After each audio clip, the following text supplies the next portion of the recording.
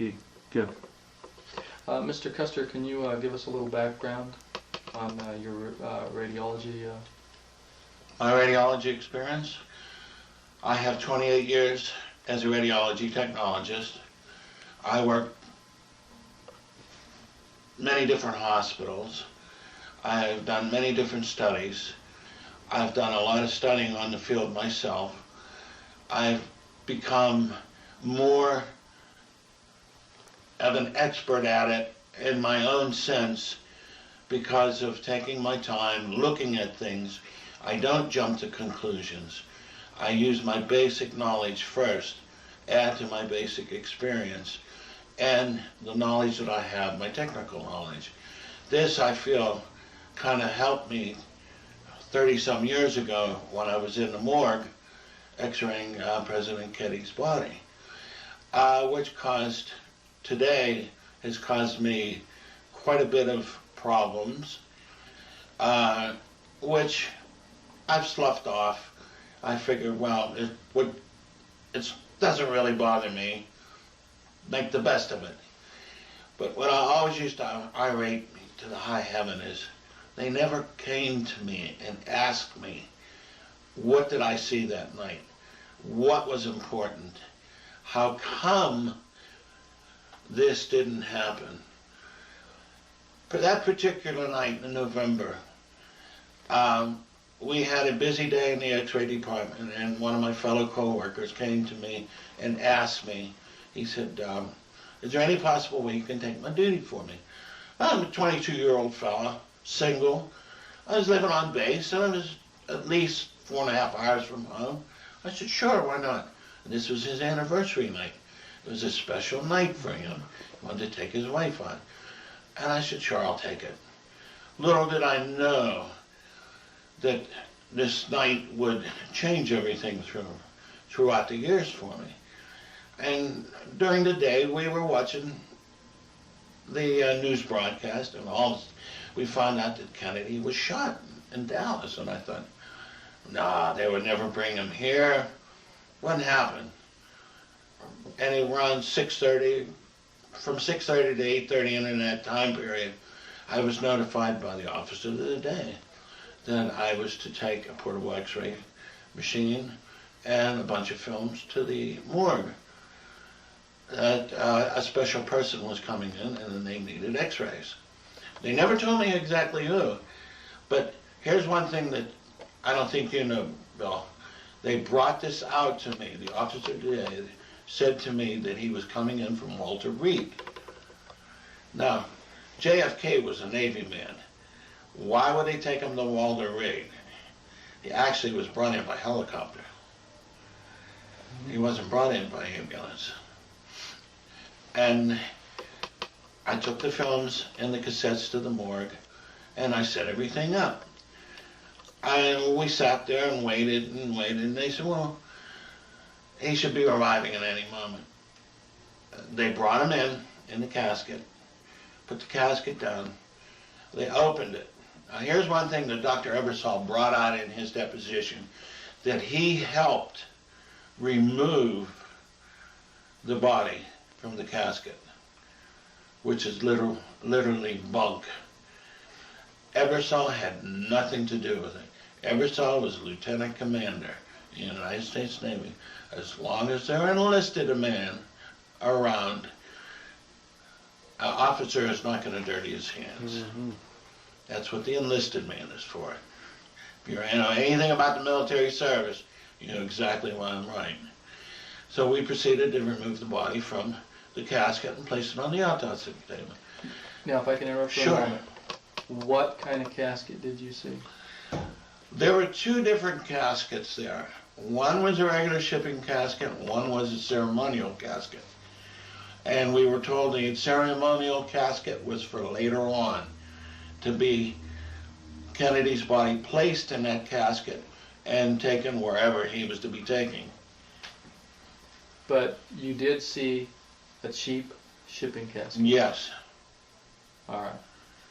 And so you were there when the body was taken out? Correct. And did you help take the body out? Correct. And you helped place him on the table? Correct.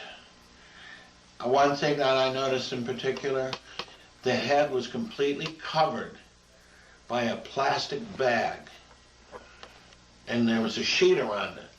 The sheet, of course, was bloody, and nothing was ever mentioned about that. It was just that once we placed him on the autopsy table, we were told that we wouldn't be needed at that time, that we could leave and go back up to the department. So we left, and we went back up.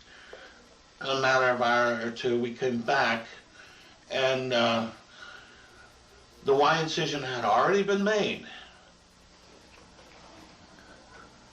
All right? Dr. Ebersol was there. We come in. I walked over to him. I said, what kind of x-rays do you want?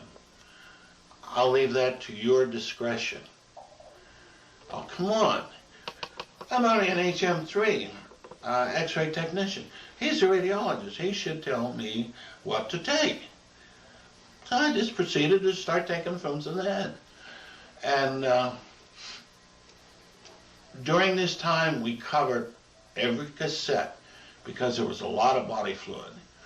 And this was brought out later that Dr. Ebersol, during his deposition, he had stated that there were a lot of artifacts due to dirty cassettes, which is, in my estimation, was baloney again, because I knew we took that precaution as I saw that.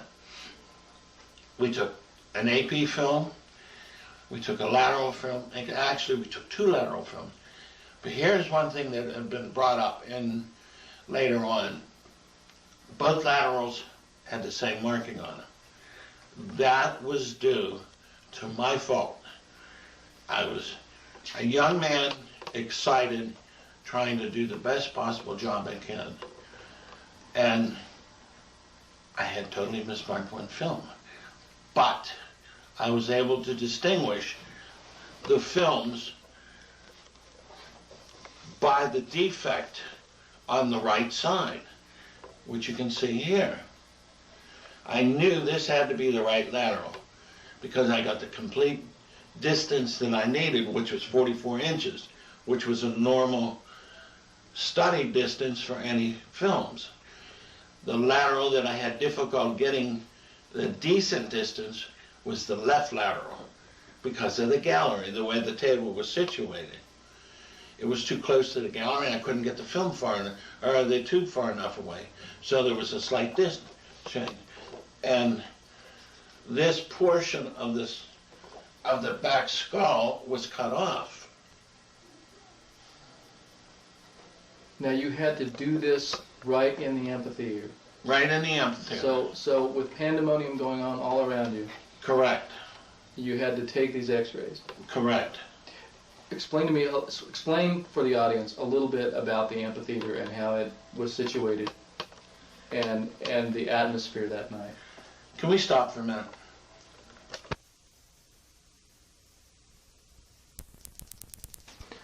Okay. What was the morgue like, to give people a better understanding? I need you to give us a little background on that, and I want to know how people were acting. What was the general atmosphere of the morgue that night? Well, that evening, well actually, here is a diagram of the morgue itself. You can see where the outside loading dock is, where they brought the coffin in. This was with an honor guard. Brought the coffin in through the cooling room, and then into the main morgue itself. All right, this was a table that was about 5 feet off the ground, and that's where they were doing most of their dissecting, and then they had a regular weight there to weigh the different organs.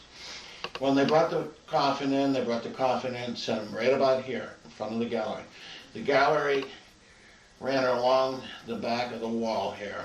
This is where all the Joint Chiefs, the Secret Service, and I'm sure there were CIA there, and a lot of people dressed in suits and ties that night. They brought the coffin in, set him here. They opened the coffin. We took the body, brought him over here to the autopsy table. Now, if you've ever seen an autopsy table, they have like a head holder. It's a metal head holder that sits on the back portion of the skull. And they set them on that, and then they dissect the body. But when I was taking my x-rays, that head holder was gone. They had taken it off. So that made a big difference there, because that caused a lot of confusion with a lot of researchers. They wanted to know, how did you ever get x-rays through that thing? It was removable. Here's the problem, what I was trying to tell you before. When I come around, I was able to put my x-ray machine here, the body, and I was able to take the right lateral here with no trouble. But once I got back here towards the gallery, I was too close to the gallery. I couldn't get the normal distance that I wanted to. Plus, rigor mortis played a big, big part.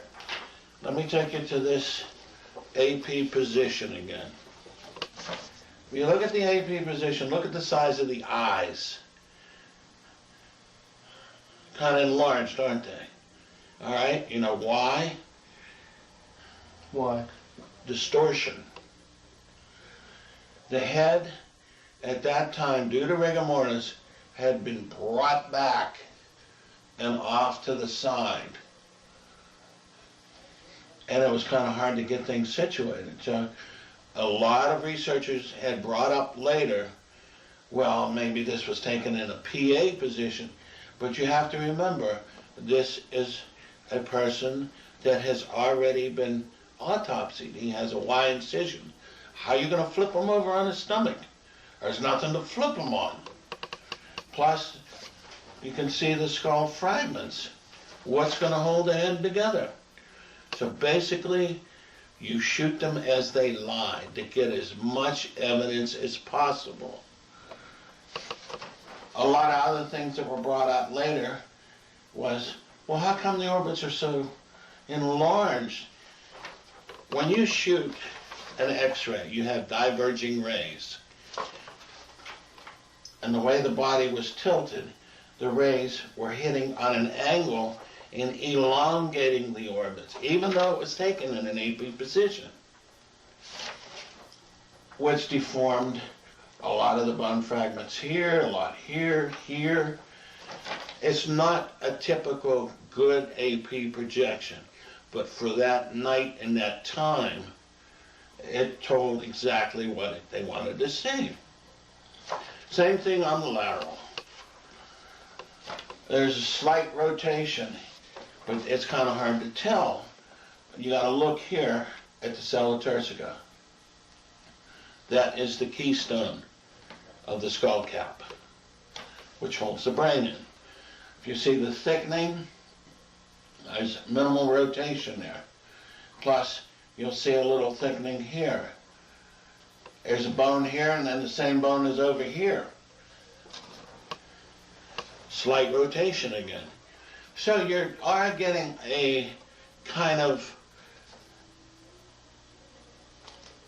foggy picture. Let's put it that way. I don't want to keep it in basic terms as possible. A foggy picture. But like I had brought out before about the bullet fragment coming in from the front, everybody, even the Warren Commission, it stated the bullet had come back from the backward. The autopsy stated the bullet come in from behind. They said, well, here's the bullet wound. There's the complete rounded bullet wound. See what happened here once we put the cap on it and all that, which was baloney. If the bullet had come in from behind, it would have blown the eye completely out. The bullet came from the front, and it's in as a Zapruder film. It shows where the body was lifted upward and back. The skull cap was blown out and back. The brain fragments were blown out and back. Is there anything you want to ask me, Bill? Well, when you say that the body was blown back and the brains were blown, if you look at the, you'll see out this way. What do you got to say about that? Spray. You got to remember now, you're talking about fragment and bullet. It's a bullet going through, exploding as it's going through. So when it's exploding as it's going through, explosions go this way, that way, this way. So your feeling was that he was hit by an exploding bullet, Right. and that would explain the massive amount of spraying Correct. and brain matter. Right. And it proves right here. It shows all the fragments. One steel-jacketed bullet would have never done that. It would have went clean through. Now I've noticed in this area here, it looks like the skull is gone. Can you explain to me why we have this defect here? You mean this complete defect? Yes. What you're looking at, you got to remember, is an AP projection. You're looking at an area that is right here, but you could possibly be seeing defects back here, defects here. The only possible way to tell exactly where the defect is by taking a lateral film. And you can see it if you turn it to the side. Here's that area you were looking at. Right. Everything, the fragments are traveling in that direction, outward. It's lifted everything out, overlapped everything. I had made an analogy before about the condition of the skull. The skull is, take a hard-boiled egg, boil it, take it out, cool it off, and run it in your hands. It's exactly what the skull fragments are like. Anything else, Bill? Stop the camera for a moment. So hold on to that. All right. When you're ready. Go. Go. Can you explain to me what constitutes bullet fragments to you, why this looks the way it does, why you think that the bullet, based on your experiences, came from the front? Basically, and this is one thing that you got to remember, anything taking, if you take an x-ray of anything, no matter what it is, anything radio opaque, which is, will absorb x-rays, will show up on the film. King-size radio opaque object, fragment, fragment, fragment. Now this is what Dr. Ebersol came right out in his deposition and stated were artifacts. Come on, any common person would say, well, how come so many? It Why so can't many? be. Why so many? Because it's a fragmenting bullet. Based on your experience, you're sure of that? Absolutely. A steel-jacketed shell would go completely through, not fragment. A fragmented bullet is used to destroy tissue. That's why, have you ever heard of the Talon bullet? It's a new market bullet that they had it on the market for less than 6 weeks. They pulled it off real quick, didn't they? Yes. Because of fragmentation, because of mushrooming. It was used to destroy and tear. And you can see all the fractures are emanating from that point. They're all coming off that area. Look at the nasal septum. It's deviated to the left. Look at the sinuses, how cloudy. Maxillary sinuses, frontal sinuses. These sinuses are completely gone. What's that tell you? It tells you that the bullet had to go through there. And in your opinion, that's because of an exploding bullet? Exploding bullet. And you definitely think from what you see in this, by the way, is this an actual x-ray that you took? This is the actual x-ray I took. So you remember it being this way that night? Absolutely. So being that this is an original x-ray that you took, you can tell, based on your experiences, that the shot came from the front? Correct. Okay. Is there anything else of interest about this picture that you can tell us? Massive destruction. Massive destruction. They wanted to make sure this man was dead. And they did a good job of it. You have to stop and think. This man was before his time. He wanted to do things. As they put it, it was the age of Camelot. King Arthur's court. If you ever knew anything about King Arthur's court, chivalry. He wanted to take it back to the basic honesty of life. Not in this society, not today, never happened. Too many people want too many things, and they're not going to let somebody like this ruin it. Now this picture is also one that you took? Yes, sir. Same thing. It shows the fragment in the frontal side, right here, exploding as it goes further on back. You get the conus effect. For the lay audience, what's the conus effect? All right, a conus effect is like a cone. As the bullet fragments, it spreads out the further it goes back. And as far back as it goes, it'll widen. It'll be like a complete sheet that smacks tissue, brain cells, everything. It pushes them straight out. That's why I said you can see the brain cap. It's completely up and off. Overriding of this brain, or this fragment, over top. Overriding here, overriding here. See an overriding here. See the double density. What does that double density tell you? That there's one bone on top of another. Completely from being pushed backwards and up. Backwards and up. So he would have had to have been hit to, right. To drive it backwards and up like that. Right. You feel, and this proves it from the density of the bone. Absolutely. So that you can tell that these bones have been pushed one on top of the other. Right. Is this correct? Correct. Now, why is the back of the head, why do you not see bone out of the back of the head where the Dallas doctor said he had a wound? That's kind of hard because you got to remember the way the body was placed on the autopsy table. It was not visualized because it was hid. If you looked at the x-rays,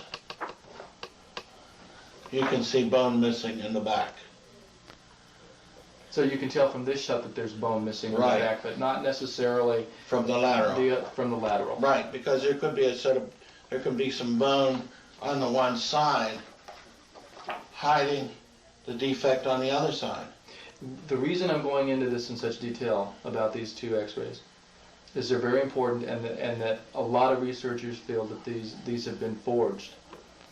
But I have you telling me that these are the x-rays you took, and explaining why there's so much confusion amongst people that we have what appears to be a frontal blowout here of the face. Right. You're saying that's not what happened. No.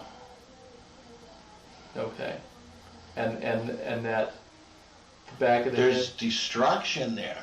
there's destruction, but no frontal blowout. And if there was a blowout, the right eye would not have been in its socket. Well, let's talk about that a little bit. The right eye was protruding from the socket. And basically you can understand it because the orbit, there's nothing left of the orbit to hold it. All the tendons and ligaments are gone, they're tore.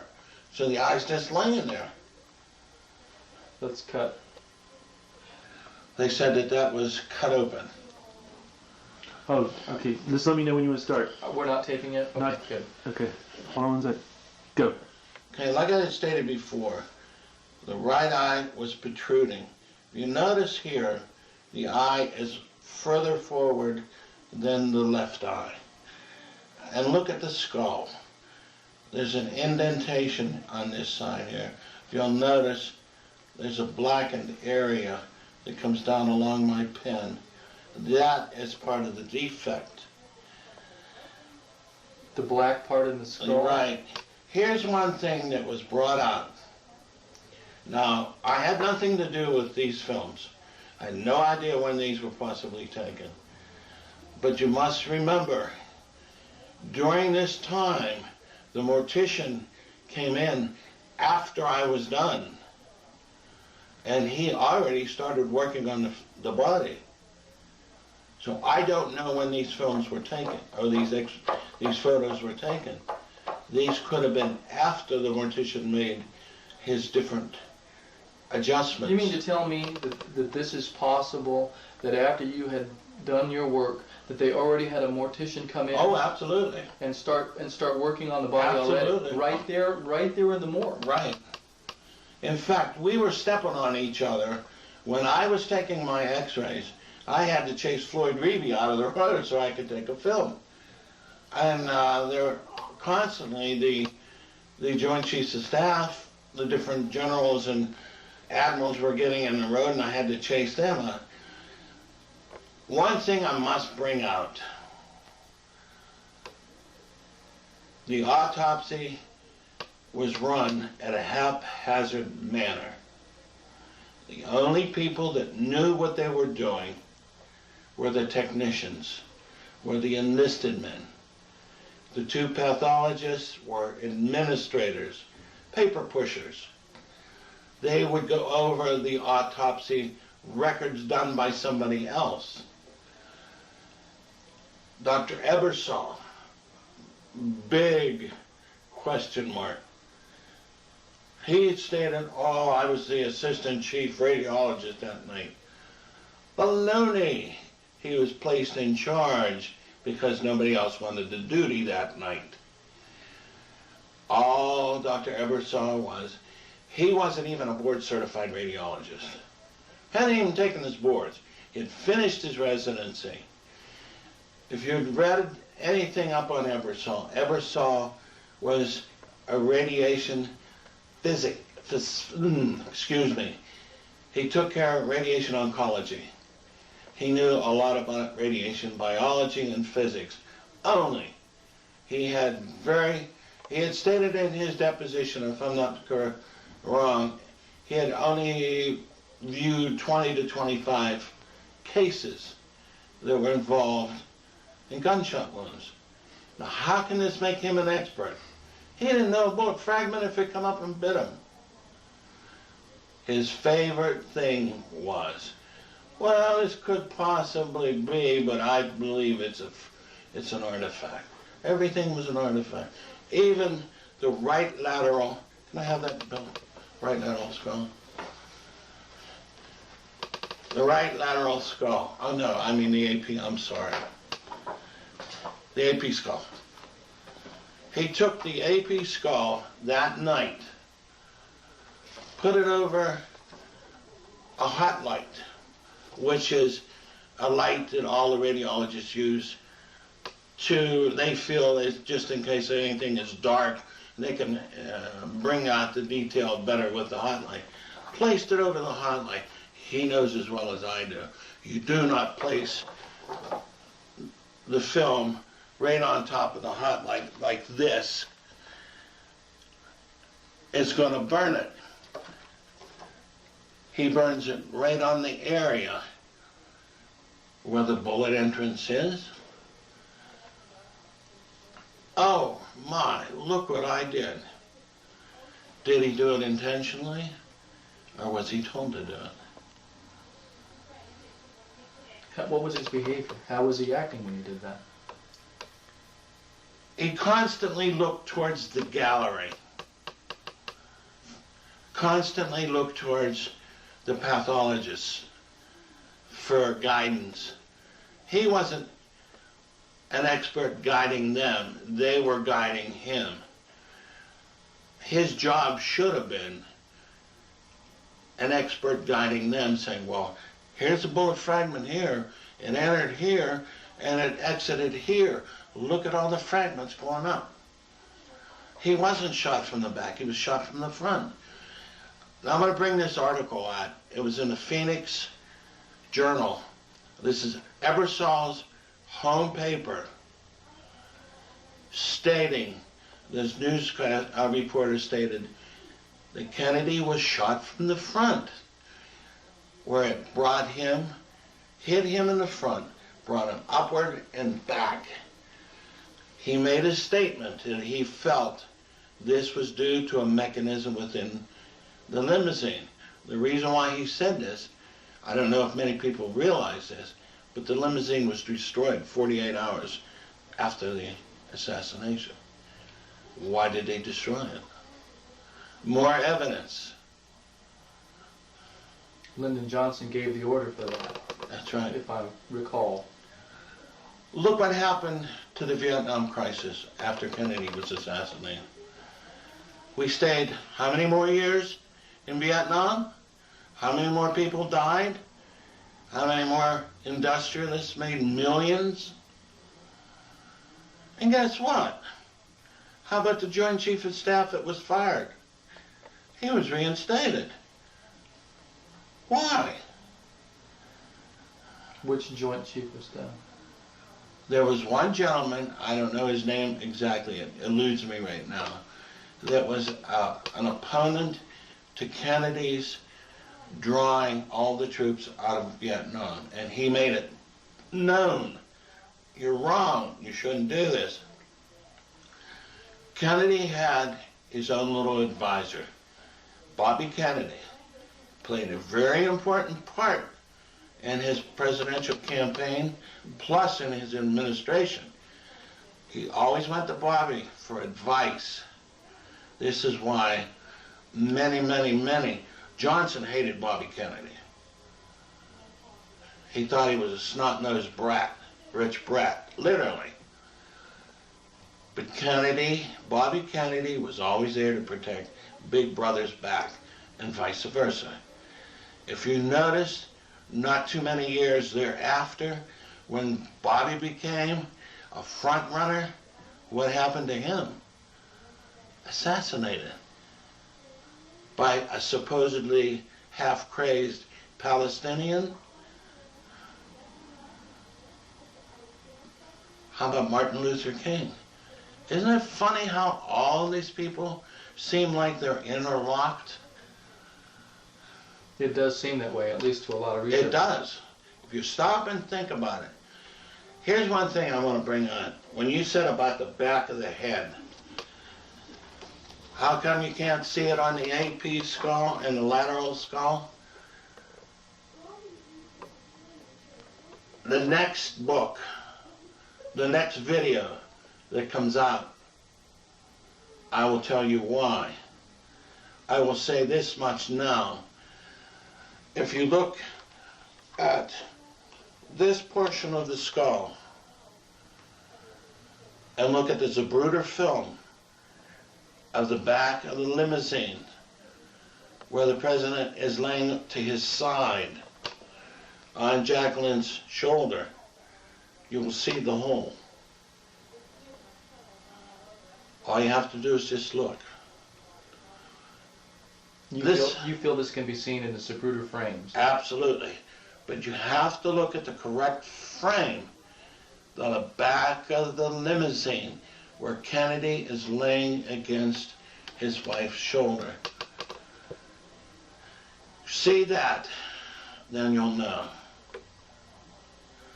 Did we bring this out before about... No, I didn't. Let me correct myself right now. If you'll notice, lateral skull, Bill.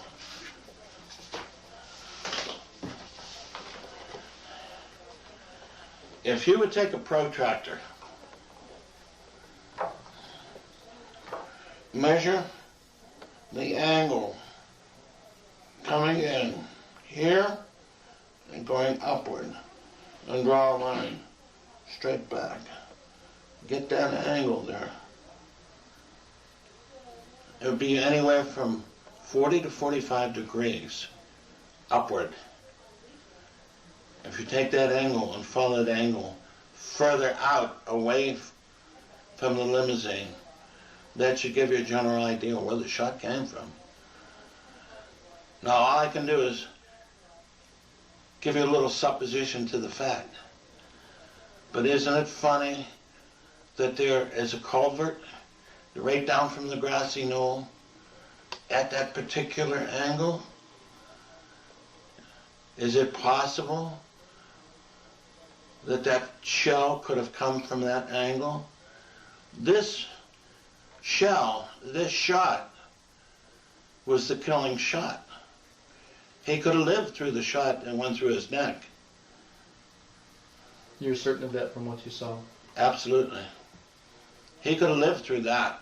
All that was is just a few fractured cervicals. But today, that's nothing. And even then, that's nothing. He was at National Naval Medical Center, the creme de la creme of all medical centers. They had all the neurosurgeons there that could have took care of that. This was the killing shot. He was literally assassinated. There was a conspiracy. The government has a tendency to think for the people. We have the silent majority. All the silent majority cares about bread and butter from day to day, paying their bills. As long as the government don't step on my feet, I can't control them. So why should I worry about them?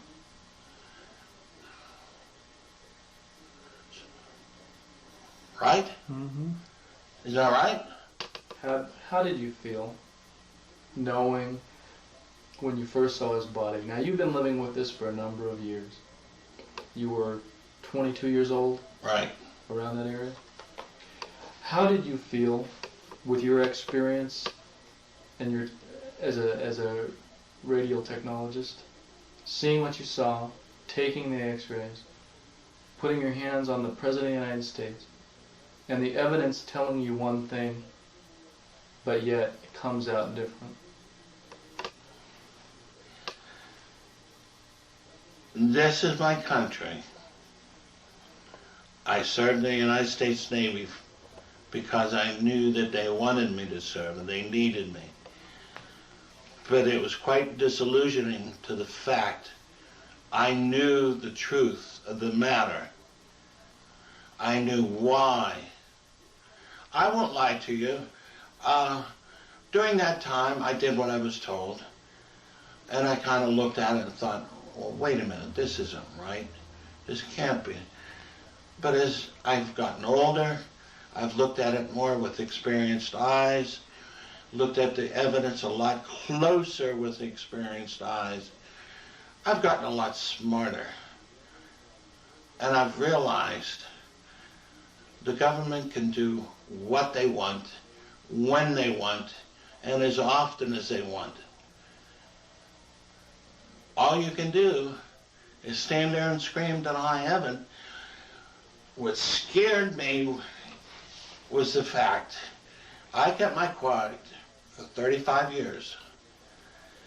There was one day that my wife and I, we went to a movie, and they brought this JFK assassination on.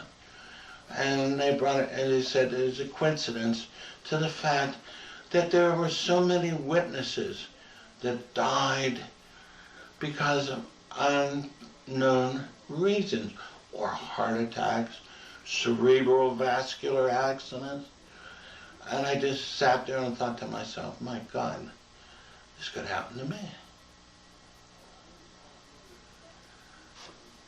Truthfully, the only thing I think that actually saved my tush was they felt that I was too low on the totem pole to worry about.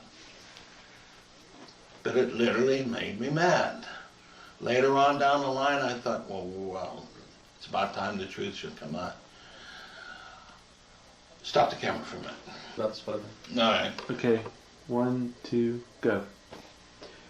Let's go step by step now through the photographs. What can you tell me about this particular photograph, the so-called stare of death photograph? What can you tell me that strikes you the most about this photo? Basically, the wound on the neck, which was used as a tracheotomy wound. When we took pictures of the neck, we took two views of the neck, a straight-on view and a side view. Now, on the straight-on view, in this area, you actually saw fragmentation bullet fragments throughout that area, where that area you also saw bone fractures where the bullet had gone through. Same thing on the lateral, but it showed it a different perspective, different depth. Like I had stated before, good way to tell depth of a specific fragment is by taking two planes of interest and then measuring the distance. And at that time, when I first saw the body, the neck was exactly like this. There were no suture marks. It was a big, gaping hole. And in your opinion, was that man-made? Yeah, absolutely. You could see where this was man-made, where they had taken a scalpel and went across and down. You can see the down marking caught right here. So in effect, you think that's a scalpel mark? Right. You don't think that's a bullet, part of a bullet entry wound? No. Many researchers have said that this, what you see down here, this little part right here, is part of a bullet entry. You could see the skin, where the skin had separated, and if a bullet fragment came through there, a bullet went through there, it would be serrated, irregular. This was nice and neat, like the skin was separated. Somebody took a ruler and just separated the skin. There was no serrations on it at all. It was perfect. This is one thing for the books. These two films are missing. The AP and lateral cervical spine. They are not in the archives. Basically because that's a part of the evidence. One reason why Pitzer was killed is because he was x-raying, he was x-raying, no. He was taking movies of the body in the gallery. At that time, people had a fit. What is your status? What is your clearance? Why are you here? Stop that now. Evict that man. Now, for the benefit of people that may not know, who was William Pitzer? At that time, he was the chief in charge of the photographic department of the National Naval Medical Center. Him and Dennis David were buddies, longtime friends. And Dennis wasn't on duty that night. The Chief Pitzer was. And I remember seeing him that evening. And he was all around. I mean, everywhere you looked, you saw Chief Pitzer. He was there. And it's funny to the fact that the man never noticed what was around him. He kind of turned the commotion off, and he was doing his job. That's what he was paid to do. What was he doing exactly? Taking movies. So he was taking movie film Right. of the autopsy of John Fitzgerald Kennedy. Absolutely. And you saw this. I saw that. One thing I have to bring out also. Later on, it was brought out that Commander Pitzer, while of course he made commander, therefore down the line, had committed suicide by blowing his brains out, putting a gun in his right hand and shooting himself. Pardon me? What's so unusual about that, if you're going to commit suicide? Well, it's kind of funny. How can you commit suicide when you have a deformed right hand that couldn't hold a gun? This was due to birth defect. And Dennis David knew it. Everybody that knew the chief knew it. And it was evident that night that you could see it when he was taking the movies. You could see the hand was deformed. But that was the reason they had placed on his death certificate, which I felt was part of the cover-up. See, you have to be there. You have to see what's going on. Everything is plain and simple. It's there. It's right in front of you. The government feels the experts, so-called experts, are going to look at everything but the nose on their face. And if you just stopped and looked straight in front of you and not try to surmise, well, this is why this happened, that's why that happened. My God, the skull is pushed backward. Then it must tell you basic physics. You had to have a force from the front. If you had a force from the back, everything would be pushed forward. Common sense. Doesn't take a genius to figure that one out. Stop. 1 second. 1, 2, go. Go ahead, Bill. Okay. Tell me what this picture shows. What's its importance? Well, like I said before, it shows the tracheotomy scar, the opening, which was a bullet hole at that time, a defect you can see around the eye. But I have to bring this up right now. I cannot authenticate these films because I had really nothing to do with them. All I can show you is what I happened to see. The eye was more protruded at that time, but there's nothing to say that the eye wasn't pushed back in because at that time also there was a mortician there doing his work, his job is fixing, making the body more presentable. Let me go to the one of the other films here to show the massive destruction of the skull. This is going to be kind of off-centered here. If you notice, king size opening. What's that?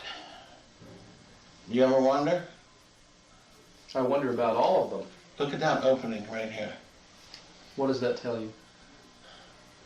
That's a hole. This will be brought out in the next segment. So I can only go so far with that. So this, like I had stated before, there's a lot more information that has to be brought out legally first, and I will delve in it a lot more, which I guarantee I will call you first, and we will do this. But that's a hole, and that can be proven by computer enhancement. Definite. Mm-hmm. You know, there'll be no ifs, ands, or buts about that. They can complain and say, well, you're false, you don't know what you're talking about, but it can be proven by computer enhancement. Mm-hmm. It's a hole. Mm-hmm. And the next photo? On the next photo, you see Kennedy on his back, the condition of the scalp, how serrated it is. Serrated in the fact that it's shredded due to fragmentation of the bullet, due to fragmentation of the bone fragments going in and slicing it. At that time, during the autopsy, the complete skull was held together by the skin alone. But you could take the skull, the scalp, and pull it forward or pull it backward, any way, shape, or form you wanted to do, because it wasn't totally attached. Was his face? His face was mushy and movable at that point? Mushy and movable. No, but you couldn't perhaps pull it back enough to cover the defect in the back of the head. You could drape it across the defect. You could. Yes, there was enough of it there, but it was bloody. There was brain cells, brain fragments, all kind of stuff, nasty stuff.